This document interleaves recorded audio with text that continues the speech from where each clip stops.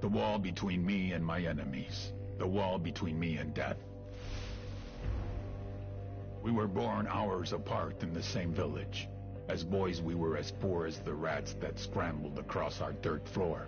Our huts in the shadows of the hilltop mansions, where the narco bosses lived like conquerors. El Muro took a different path. He joined the army. Special forces. He rose through the ranks, helped to protect the local narcos, was paid in cocaine and money along with promotions. When we met again, Francisco hermano, why are you still in the army? You and me together, we could rule. We will protect each other, as we did when we were boys. We will share, like brothers.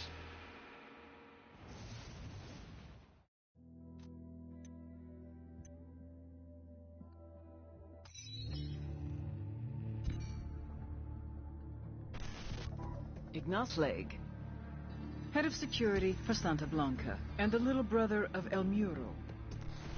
El Muro had him trained well. Paid off guys in Russia's Bodark Special Forces group to teach him combat tactics. Sent him to learn killing techniques from death squads in El Salvador and Honduras. Apparently, he was a good student. His favorite subject? Cutting off a person's face, then showing it to them.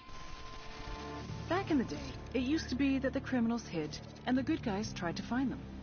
But La Plaga, he does everything he possibly can to be seen. The guy is a social media machine. He pays narco corrido bands to write songs about him. He has his own personal camera crew. This fuck even has his own YouTube channel. La Plaga is a walking recruitment message.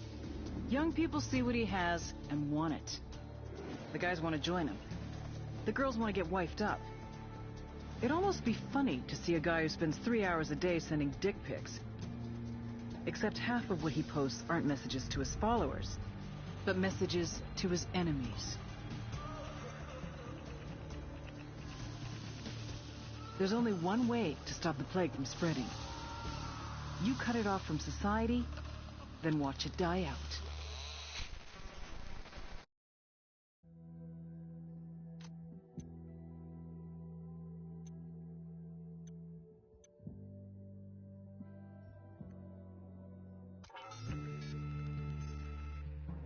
Influence, the fine art of persuasion, the winning of hearts and minds, the grabbing of the short hairs and holding on.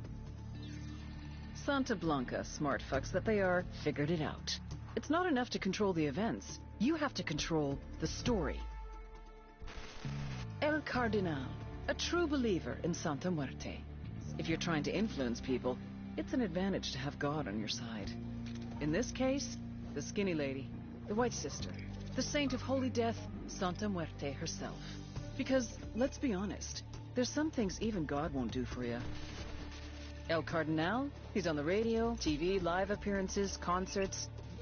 If El Sueño controls the population through bribery and fear, El Cardinal holds them with something much more powerful. Their souls. How would you like to avoid eternal damnation? Well, luckily, all you have to do is support the Santa Blanca cartel, and you will. On the other end of the public-private scale is Ramon Feliz, the narco-blogger. Don't let the quiet demeanor fool you. He's the SB's social media maven. He's their digital game. A tragic case, Feliz.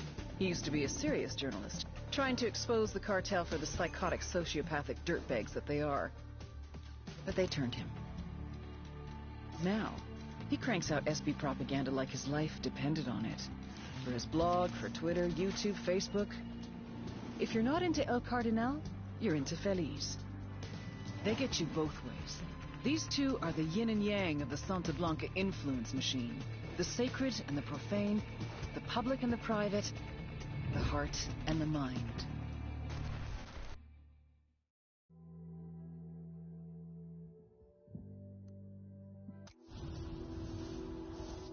All priests like to hear themselves talk, don't they?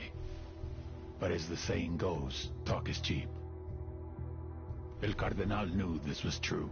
His people were barely surviving, and he wanted to do something. He had to help those in need. He didn't care where the support came from. But there were others who thought he was making deals with the devil. He was cast out. He lost his family, his friends. Lo perdió todo. When I found him, he was a broken man. I brought him into Santa Blanca to preach the truth of the new faith. For we are wed to death from the moment we are born, and we must come to love her more than we love our lives. Sacred and blessed death, the goddess of darkness can free you from sickness and evil. Do you offer your heart and soul over to her? He baptized me in the true faith. He is my counselor, my conscience. I do. The only person I truly trust with my soul.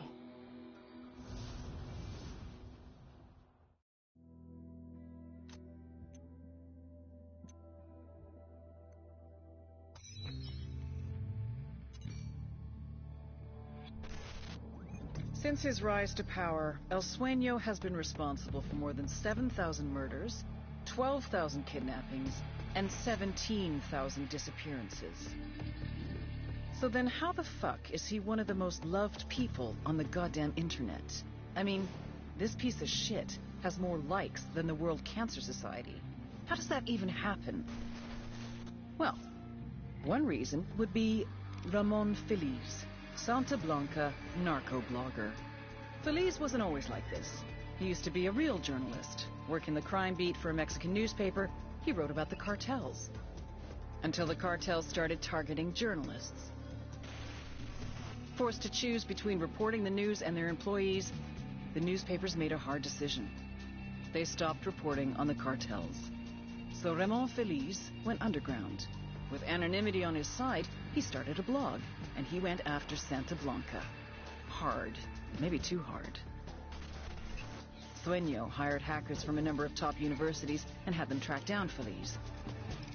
Things only went downhill from there. Nowadays, Ramon Feliz no longer writes about Santa Blanca. Ramon Feliz writes for Santa Blanca.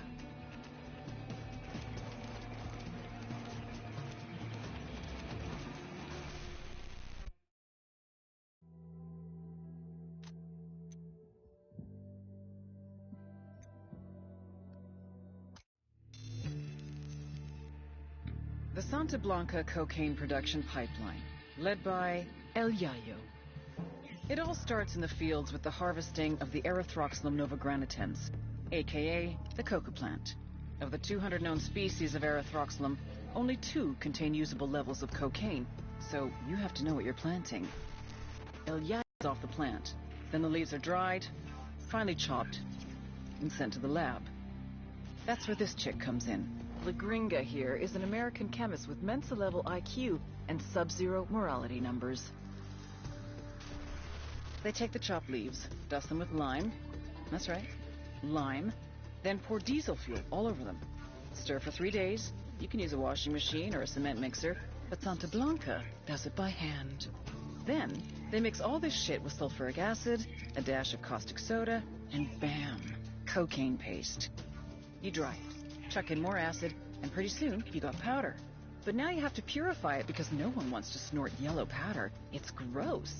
So, a little more acid, some potassium permanganate, pyrolusite. Hungry yet? Filter it with ammonia, and beautiful, pure white cocaine.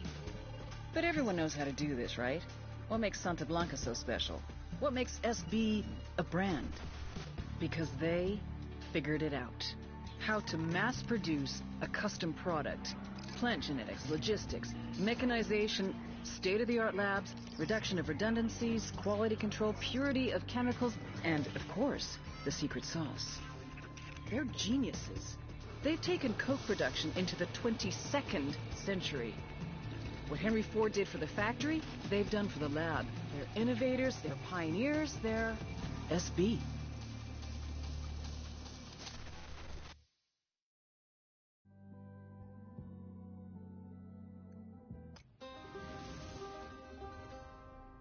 El Yayo was born amidst the Bolivian coca. His mother carried him on her back until he was old enough to go to work for himself. For decades, Yayo picked the leaves, fingers blistered, back aching, feet bleeding. But never, in all that time, did he once extract the alkaloids to make cocaine.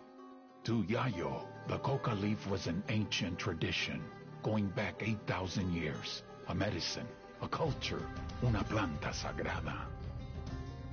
Of course, the Americanos had a different opinion.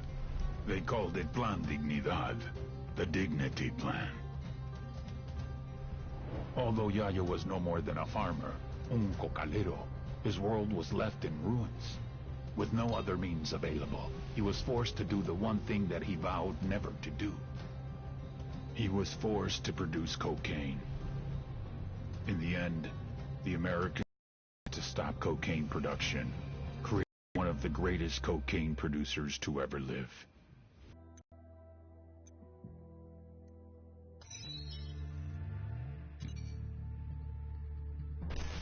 Katrine Svensson, La Gringa. How does a PhD from MIT end up as the chief chemist of the Santa Blanca cartel? Like all cynics, she started out as an idealist. La Gringa came to Bolivia to help the people. The poor, the downtrodden, the sick. She loved them, and they loved her. Working for an NGO called Hands Over Bolivia, she did research to develop a new vaccine for yellow fever. It was meant to be produced easier